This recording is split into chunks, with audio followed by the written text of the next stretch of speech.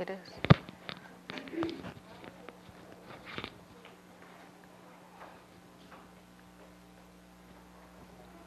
Okay, so my name is Victoria Wright. I am a senior certification officer. I actually do audits for all of the programs that we have. Is everybody already certified?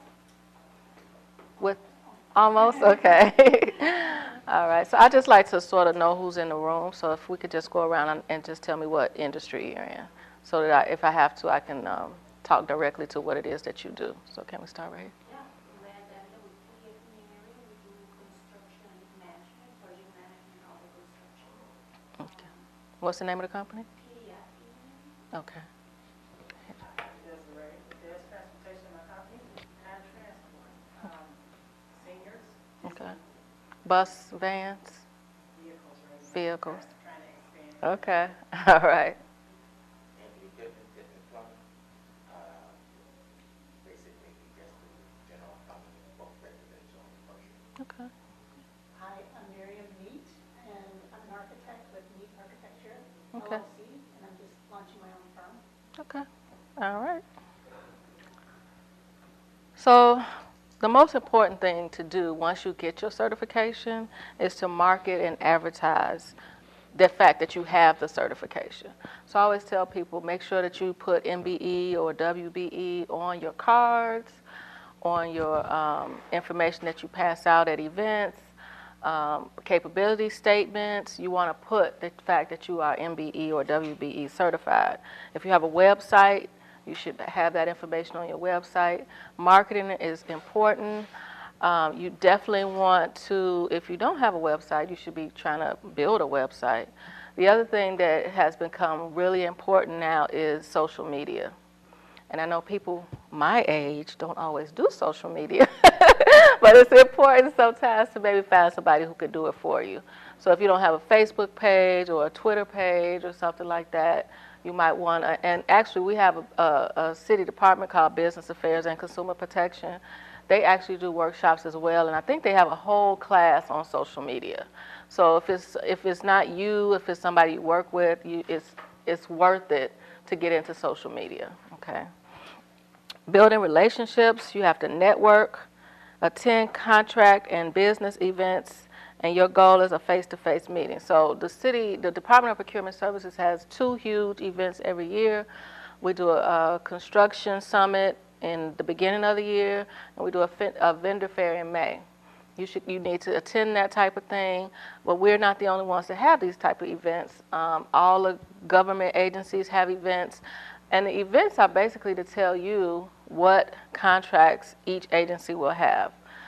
They also give information on the procurement process. So everybody has a different process, and it's up to you to learn those different processes. So before you even try to bid on something, you should do your research. If they say the bid needs to be in at 12 o'clock, that does not mean 12:01 or 12:05, because even here we won't accept a late bid. But stuff like that, you have to be on top of that. Make sure all of your information is correct. But you need to do the research and find out what it is that they need in their bid application. So even if you know what's going on with the city, if you want to bid with somebody else, you need to learn those processes as well. So when you're doing the networking, this goes back to the advertising of your business card and having information on your business card. I go to a lot of events, and if your business card is a poor business card, it's not going to work. I get business cards, if your business card just says Smith & Company, but it's not telling what Smith & Company does, that card is going in the garbage, especially if you're at an event. So your card should be a good card with contact information and what you do. What you do should be on that business card, okay? Another thing to have is a capability statement. So if you're a small business and you haven't been in business that long, that's okay, because a capability statement could be 1 page. But then there are bigger companies or people who do like construction or interior design, they could have like a little book. And if you've never seen a capability statement, you could Google capability statement. There are all kind of different styles.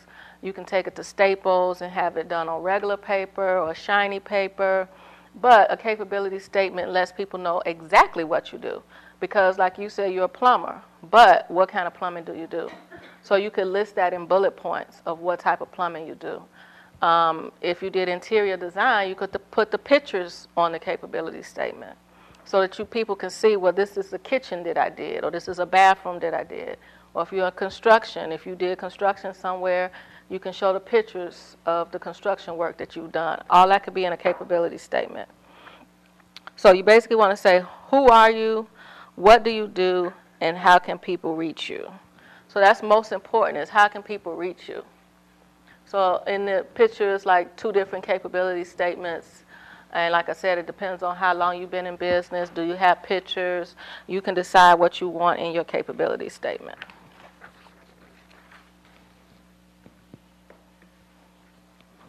So utilize all of your resources. So Department of Procurement Services has several workshops that we do. Try to do the workshops before you decide to bid. Business Affairs and Consumer Protection is a great resource as well for small businesses. Like I said, they do a class on social media. They do a class on loans, small business loans. They have a lot of classes. I always recommend. So a lot of times we tell people start with business affairs before you decide to, maybe even before you start the business, because they tell you they have a class on writing a business plan. It's just a wealth of knowledge. So if you want to go to the City of Chicago website and look up Business Affairs and Consumer Protection, they have really good workshops. So the DPS alerts, we always recommend people get on our list for DPS alerts. Pictures didn't come up. There we go. To attend the workshops, do the DPS alerts, and check the buying plan. So the DPS alert comes out every Monday. And those are the actual contracts that are on the street right now. So on Monday, those are the things that you could bid on, and they have dates. So it tells you what date that the bid is going to end, when you need to submit the information, who in our department is in charge of that bid. So you can always call whoever's in charge in our office. They might not be able to answer all your questions, but they can help you if the person's name is listed next to the bid. So you might as well take advantage of it. If you need help or if you have a question, you can call the department. So we always recommend DPS alerts. We always have our event information in DPS alerts. So if it's something going on with us or one of the sister agencies, that's in a DPS alert. So it's to your advantage to sign up for DPS alerts. Other agencies have alerts. It might not be. It's not called DPS alert, but if you go to other websites, you can find out what type of information they have, and if they have something for you to sign up to know what's going on in those departments as well. So these are our sister agencies, and I always tell people do not stop with the City of Chicago. So if you're a small business, you need to look for contracts everywhere. So these are our sister agencies. These are their phone numbers. But you can find the procurement information for these agencies on our website on the home page. So I believe they're at the bottom right-hand side of our website. And if you click on it, it'll take you directly to their procurement page. And then you can find out what contracts they have available, when are they due, and you need to look up the process. So one thing that I also tell people that's not on this list is don't forget about hospitals. Don't forget about colleges, because most of them have diversity programs. So you might not think that a hospital or a university or college would have contracts, but they do. And those are good places to look for contracts as well.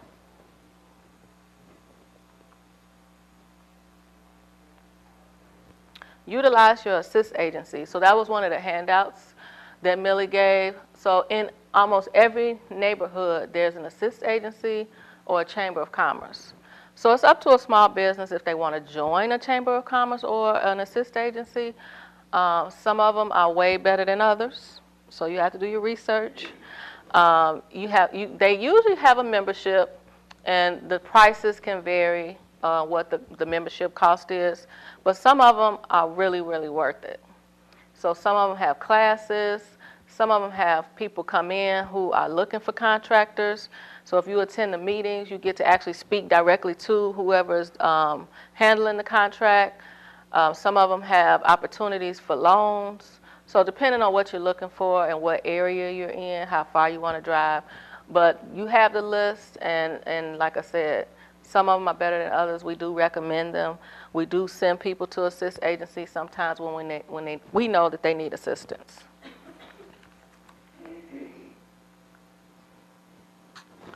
So when it comes to bidding on something with the city or any agency, you need to read the instructions carefully. So we understand that government solicitations for bids, proposals, and qualifications contain a lot of information and may have mandatory forms to complete. However, non-responsive bids must be rejected. Rejected bids increase the cost of work to the city and may result in your firm not getting the contract. So if it's asking you something for financial statements, tax returns, who your subs are, who your prime is, make sure you submit all the documents. We even say try to read everything before you even decide that you're going to bid on something. Not just with the city, but any agency. You need to read all the instructions before you start the process. Have all your facts right. The telephone numbers and email address of the procurement staff assigned to your solicitation is listed in the bid opportunity list. That's the DPS alert. Always refer to this person with questions. Make sure you know when the solicitation is due. Make sure you have the date and time is important. Missing information can disqualify your bid. A missing signature, a math error, or the failure to complete all documents can be cause for a rejected bid. So this is the room where you actually pick up the bid and where you drop it off. So if you have questions when you pick up a bid, you can ask the ladies here. They might refer you back to the contract administrator that's in our office. But you can ask questions here, but make sure that you're ready to turn that bid in on time.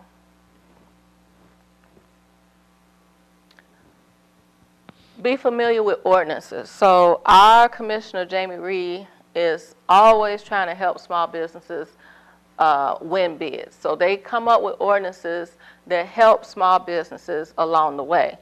So I'm not going to read, because we have several. I'm not going to read through all of them. They're in your PowerPoint, so hopefully everybody picked up a PowerPoint.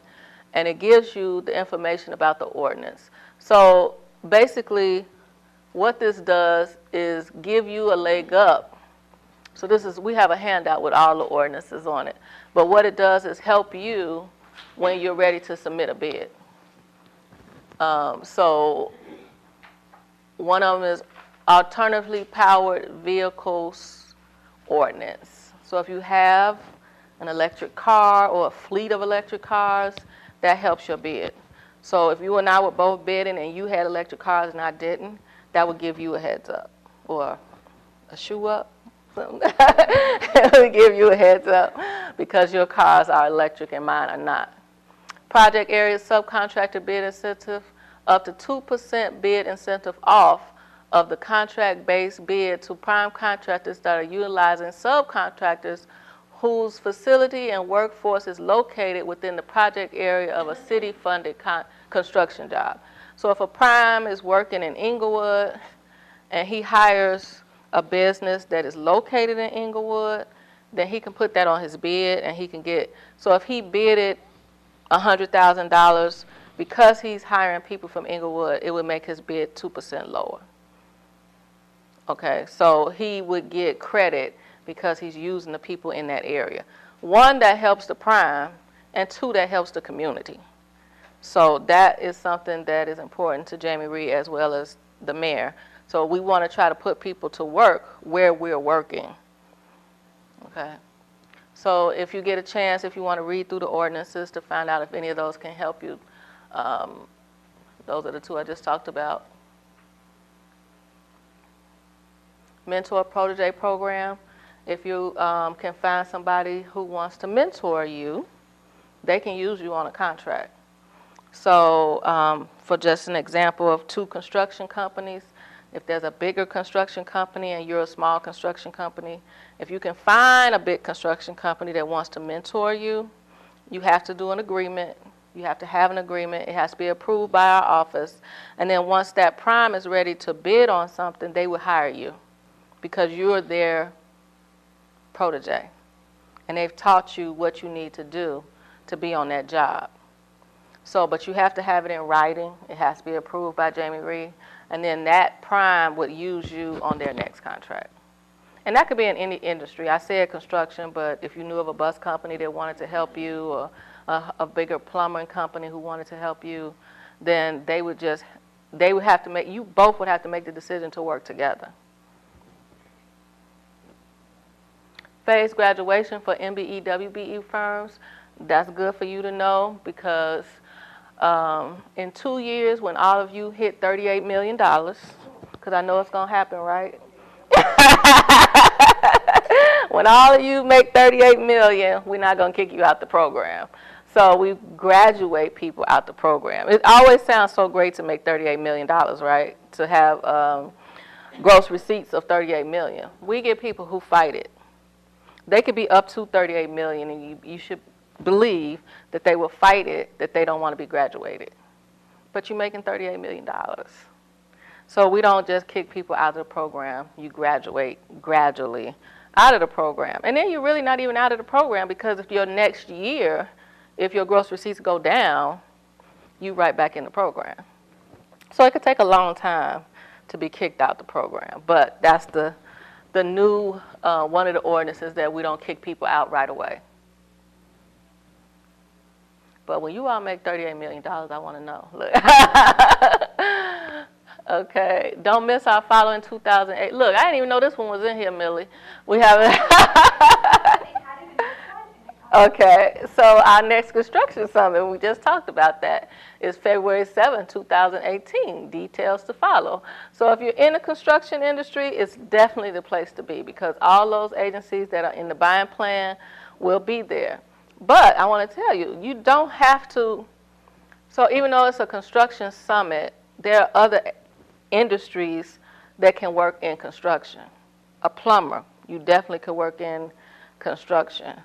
I tell people who put fences up. Those construction sites have fences. If you're an accountant, sometimes a construction company needs an accountant or somebody who does HR. So come to the construction summit anyway, even if you're not in the construction industry, because those businesses need other services, and you might be the person that they're looking for to provide those services. So the other thing is a couple other things that are not in the PowerPoint. I highly recommend the workshop of how to navigate the DPS website because there is a wealth of information on our website about procurement. The first thing I want to talk about is when you take out a bid, you leave your business card. We have a takeout list on our website so that you can see everybody who took out the bid. So one, if you know who took out the bid, you know who your competition might be. Because just because they took it doesn't mean they're going to bid on it. They might just want the information. So you can either see who your competition is. If it's a construction bid, we usually have a pre-bid meeting. So a pre-bid meeting is for construction companies who are interested in bidding on something, but the department that has that bid, they come in and answer questions.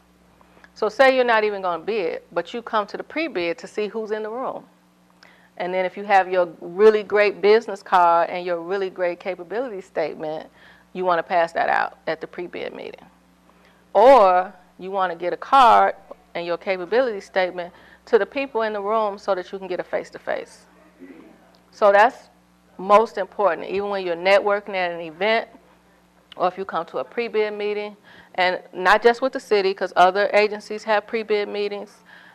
Your goal is a face-to-face with that agency, because in this room, they might be busy, they might be trying to get to their next meeting, but you want to see if you could set up a meeting in their office with them to tell them what you do and how you do it.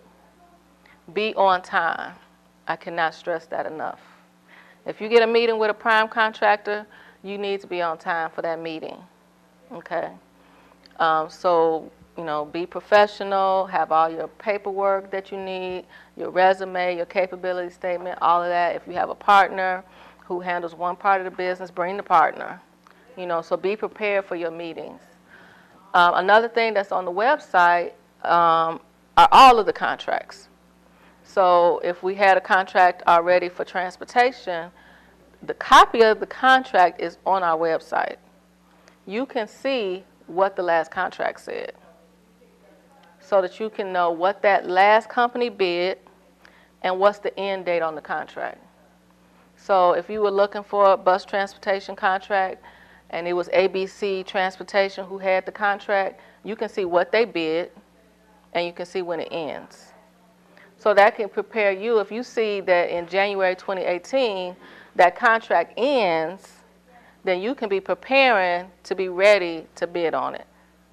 Now, I'm going to tell you, we might be a little slow. It might not go out in January, but it does mean that something's going to happen. Because if the contract ends, that means we in procurement are about to make some steps to either extend it or take it back out to bid.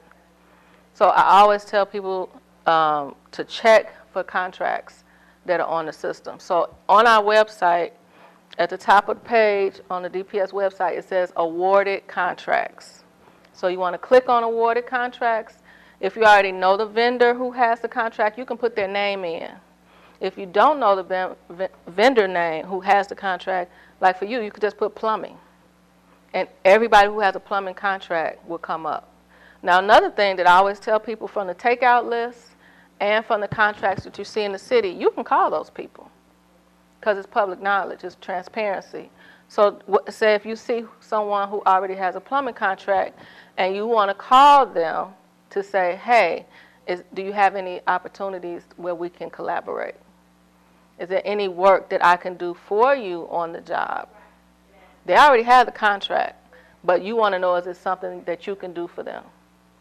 So just like I said, if it was a construction company and you were you put gates up, you can call that construction company and say, hey, do you have somebody who's putting up the gates around the construction site? Do you have a security company who's securing the construction site? I'm a security company, I could do that for you. So that information is on our website, and I highly recommend that you look at those contracts. Find out what they bid. So if they got that contract 5 years ago and they bid $100,000 on the contract, then you know that, in 5 years there's been inflation, so it's okay for when you're ready to bid that you can go a little higher than $100,000. But you don't want to bid $1 million on a contract that was only $100,000. It gives you an idea of what you need to do when it's time for you to bid. Okay, so all the certification information is on the website.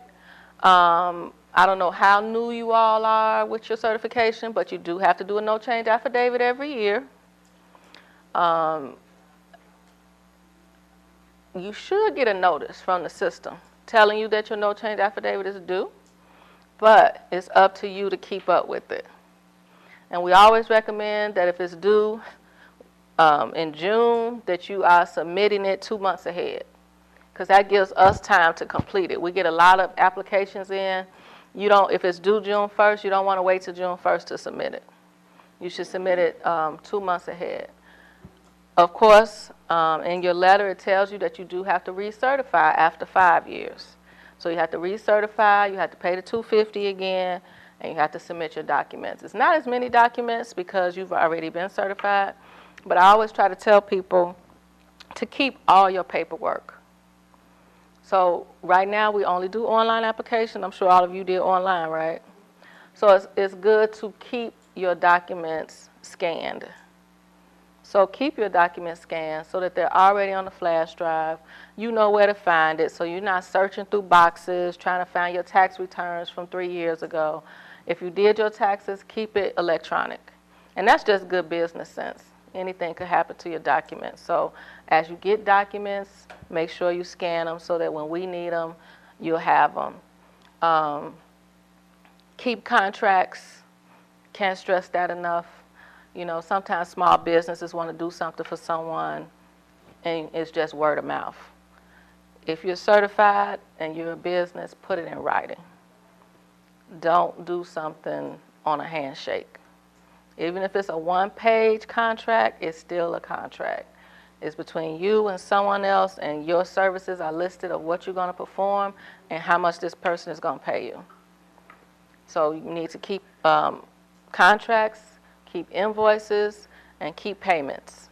Keep up with who's paid you and who hasn't paid you. So all that's going to be important, not just for us, but for you as a small business. So you know that when that 5-year recertification comes around, we're going to be asking for that type of information again. So it makes sense to just keep everything on paper. So I'm trying to think what else is on our website. Certified vendors. So now that you're certified, we do have a list, a directory of all certified vendors. So a person can find you if they're looking for a sub.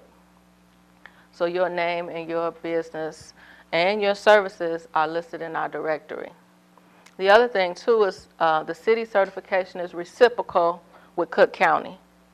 So if you're trying to get a contract with Cook County, just make sure that you attach your City of Chicago certification letter to your bid so that you qualify as a sub on the county side.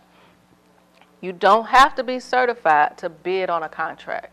So if it's a contract that you think you can handle alone, so say it's a contract that's only $100,000, and you say, I can do a $100,000 job, you do not have to be certified. You would be bidding as the prime because it's only $100,000. But if it was a $100 million job that's way too big for you personally, that's when you would be the sub. And it's up to you to get in touch with the primes so that you can become one of the subs. Okay? So I always tell people when you're looking at the bid opportunity list, if it's a small contract that you think you can do on your own, you can bid on it. And the certification is not needed because you can handle it alone. Okay? What else is on the website? The workshops, the buying plan. The buying plan changes quarterly. So that's a forecast. So if you see something in there that you see is coming out in the next quarter, that's when you go to that list in the website that says who had the last contract. Because if you see something that says plumbing is coming out in January, you might want to start searching to see who has the plumbing contract right now so that you can be prepared in January. It can get pushed back, so if you get a buying plan and it says January and then it gets to February and you don't see it, it doesn't mean that they forgot about it. Sometimes the paperwork takes longer than we thought. Or the city department who had that bid may not be ready. But you can always call the department because it's in the bid opportunity list or it's on the buying plan and find out, hey, do you have an idea of when this is going to come out? But that's still giving you a chance to prepare. So like Millie said, that's our Bible. It's our Bible because we always make all the city departments give us the information of what they think they're going to purchase. And then we put it in the book. So that gives you an opportunity to prepare. We have over 15 workshops, so I do recommend the workshops, like I said. Is anybody here interested in DBE? Okay, so DBE is the Disadvantaged Business Enterprise and the Airport Concession Disadvantaged Business Enterprise. DBE and ACDBE certification is a federal program. It's free to apply. It's almost the same documents as the M and the W, but most of that work is done at the airport. So DBE and ACDBE are federally funded where the M and W is locally funded. So if you already did the M and the W and you should already have all your paperwork together, it shouldn't take you that long to complete the DBE and the ACDBE. For women or minority women, I always tell to do both at the same time. Do the M and the W because it's still $250. So, you know, don't do the M today and then wait 6 months to do the W. I know it's too late now, but if you hopefully both of you all did the M and the W at the same time. But sometimes people don't do it. We'll get one that's an M, even though the woman is a.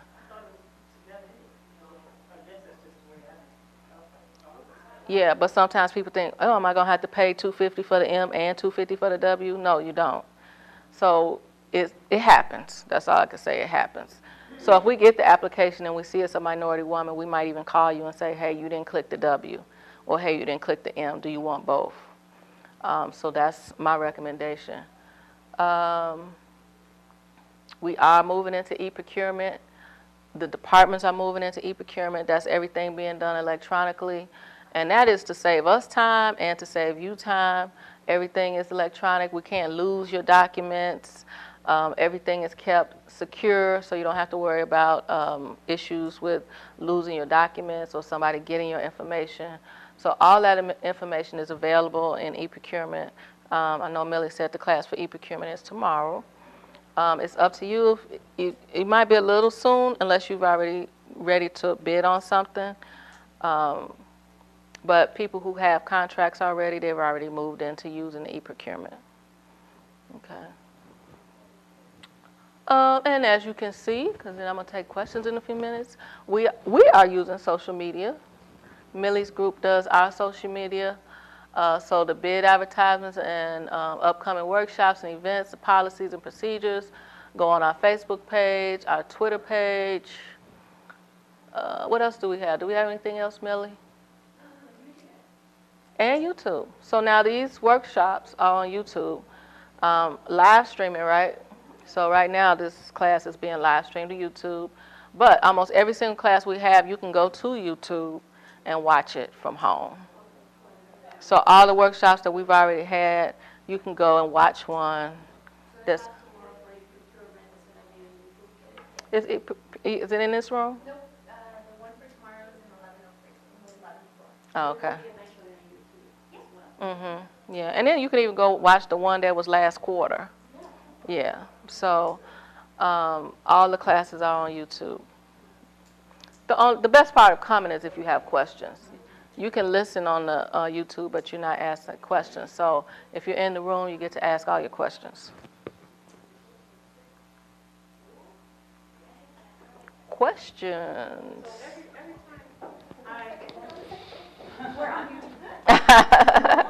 Hi. Every time I want to bid on a contract, when it's up, let's say I win the contract, I'm sorry, and it's up, I have to rebid on it again to get Unless there's an extension. Okay, unless there's an extension. And see, the city department, between the city department and procurement, they make those decisions. If they're just going to keep the contract going as an extension, or is it going to go back out to bid? So it's possibly it can stay with my firm then on the Yeah, extension? possibly. Okay, thank you. Yeah. And see, you need to check, even because you do transportation, you need to check Chicago Public Schools, you need to check other agencies, city colleges, to see what their procedures are and what kind of transportation do they need and what kind of transportation do they use. Are they using buses? Are they using vans? So all of that would be up to you to not just check the city, but check the other agencies as well. And we do offer that new class this year is how to do business with our sister agencies, which includes those other agencies that have their own procurement, which includes Public Building Commission, Chicago Transit Authority, Public Schools. So you can go back and watch those online. I think since those were new, we were making sure that, but we will have it again next year. Okay, thank you all.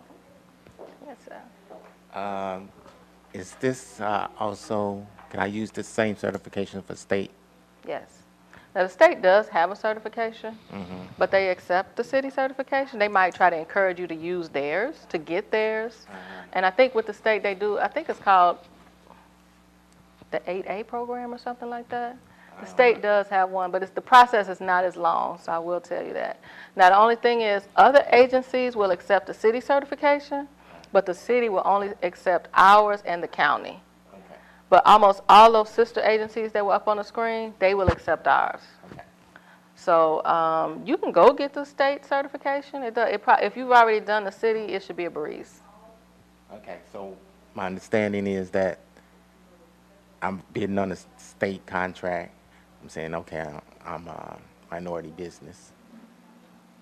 And the state, there's some kind of reciprocal agreement between the state and the city that says, yeah, since you already got it from the city of Chicago, you don't have to fill it out for the state, because the state got one of them long forms too. I didn't think theirs took as long, but I know that they do have an MBE, WBE certification, but I believe they accept ours without you having to get theirs. Okay, now, is the reverse true? Do you accept the state? No. We only accept ours in the county. Okay, So Cook County and the city, that's the only ones we're going to accept. okay. The other thing is people go to Women in Business Development Center, people go to the Minority Diversity Council, and they get those certifications. They pay for those certifications. You still have to pay for ours because we're not going to accept it. And I'm not going to say that those are not good organizations because they are considered assist agencies. The Women in Business Development Center is a great agency. They're going to certify you, but you still going to have to pay the $250 to get our certification if you actually want to bid on a contract. They are good for resources for small businesses, especially the Women in Business Development Center and the Minority Council. They're both excellent agencies for resources for small businesses. But when it comes to certification and bidding on a contract, you might as well get the certification here. You can join those agencies and not use their certification program because I think Women in Business certification is like $500. But then you still have to come here and pay the $250. So I do recommend them though for services and workshops and financial help because they can find you small business loans and stuff like that. But when it comes to certification, you might as well come to the source. So the question is, we could bid on in any of the sisters agency using the City of Chicago certification? Yes. Okay, thank you. You mentioned the DBE, which is the federal program, right? So where would we go To apply. to apply or the information for that? So the DBE is on the same website that you did your M&W. So when it'll say apply for certification, you already have an account. Do you have your account? Have you started it? I have. Okay. I have some questions for you after. Okay. So once you start, it's going to ask you which certification are you trying to get, and you just click the DBE. Especially like for you all who already have the MOW, if you want to go back in, it's the same system, do the D. And it's almost the same questions. Almost, not exactly, but almost. So yeah, if it's the same C2, we call the system C2, and you just select that you want to do the DBE or the ACDBE. And I'll tell you right now, the airport has a lot of stuff going on. So Midway and O'Hare are like blowing up. They're trying to add new stores. They're looking for people who want to do something new, you know, something that's not already at the airport, because they're trying to make the airport a place to be when you come through Chicago.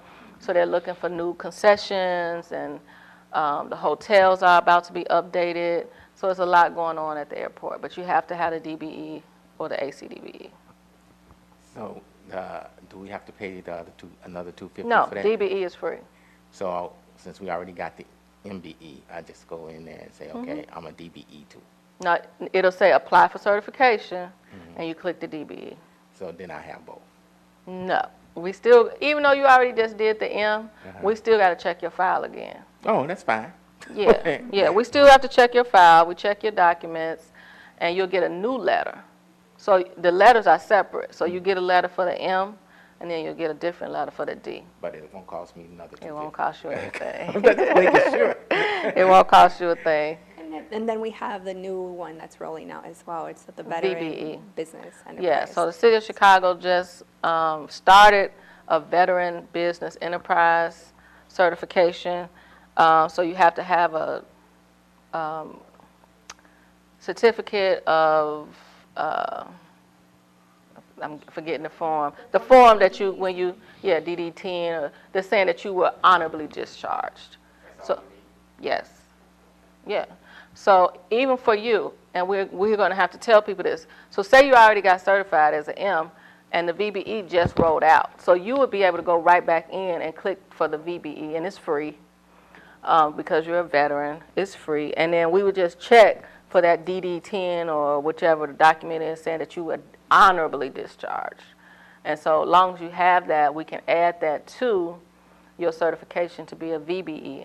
The only thing is right now, we don't have a set aside for VBE, but that's coming in 2018. So basically, a set aside would be money set aside in a contract for veterans. So another question. So we were just recently, thanks God, MBE certified, and we're looking into DBE. We didn't do it at the same time. We could have done it, but we didn't do it. So in order to be certified as DBE, I have to go through the same process and submitting all the paperwork, or just, okay, kind of like the same process I went through with B. Okay. Well, that's why I tell people, scan all your documents, because hopefully you already scanned them, and all you gotta do is take them off the flash drive again and upload. Excuse me, and then next year you already have everything uploaded again, and you still have to do a no change affidavit.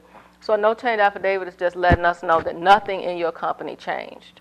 But if something changes within this year and next year, you have to let us know within 10 days. Don't wait all the way to next year to tell us that you sold your company or that you moved. So if your address changes, we need to know that right away. Don't wait until your no change affidavit is due. If you sell the company, if your address changes, if your phone number changes, all that information is going to be put in a no change affidavit. Or if it's in between the year, you need to let us know right away. The other thing is on your certification, if you want an expansion, and so say you're a plumber, but you decide you want to start doing painting, but you didn't get that code. So you can do an expansion in the C2 system where you say apply for certification. You're not applying, but you would click expansion, and then you have to submit all the documents to say, I can do painting. But then you have to prove that you can do painting. So this goes back to those contracts or your resume. Your resume would have to show that you've done painting. If you have contracts, you need to be able to submit that, and you can add codes later. So just because you only got 2 codes, when you first got your certification, you might want to add more codes. A construction company might have just did construction management, but you might decide you're about to start doing masonry work. But you have to prove that you can do the masonry work. And that's why I always tell people, especially small businesses, you might do something for your mother, your aunt, your sister, put it in writing. Because it can still be considered as a contract. It might have been a small contract where your sister only paid you $100 to paint her house, but it's still a contract that you can use to submit when you're trying to get that extra code.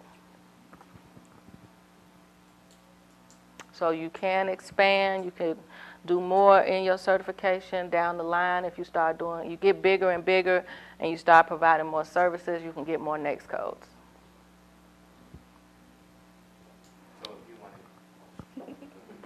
So if you wanted to expand, but you say you just have some general experience, for instance, I got a lot of years in IT, so maybe I want to expand and do some professional services kind of stuff, but I'm under plumbing. So. Well, if you're a plumber who does IT and you can prove that you can do IT, you can add it. I mean, you might have went to school for IT and did plumbing on the side. So if you can say, I went to school for 4 years and got my degree in this IT profession, yeah, you can add that. You'll be surprised. Some people have really weird NAICS codes. Like they might be doing something here, but then they got babysitting. Look, like what's babysitting got to do with painting? And I'm just using that as an example. That's a bad example, but you can mix up, if you do more than one thing, you can add it. So if you had years of IT experience, you can add that. And sometimes the experience is education, because if you're a young business, you might be a young person who might be 25. You might not have been in business yet, but you went and got a master's degree. So we will accept that master's degree as proof that you can do the work. We will not turn down a company because they don't have contracts. We might ask you to give us a business plan to say what you plan on doing with these codes. That's, we can't stop you because you're a small business. Maybe you haven't gotten, up and running yet. So yeah, if it's something that you want to add but you haven't done it, as long as you have the education, we can take that as well. Or experience.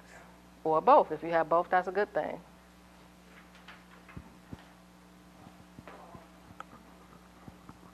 No more questions? Okay, well, I'm going to give out my card. And if you have questions, you can reach me. And I always tell people to email me because I usually like to send you as much information as I can. And I will put it in an email.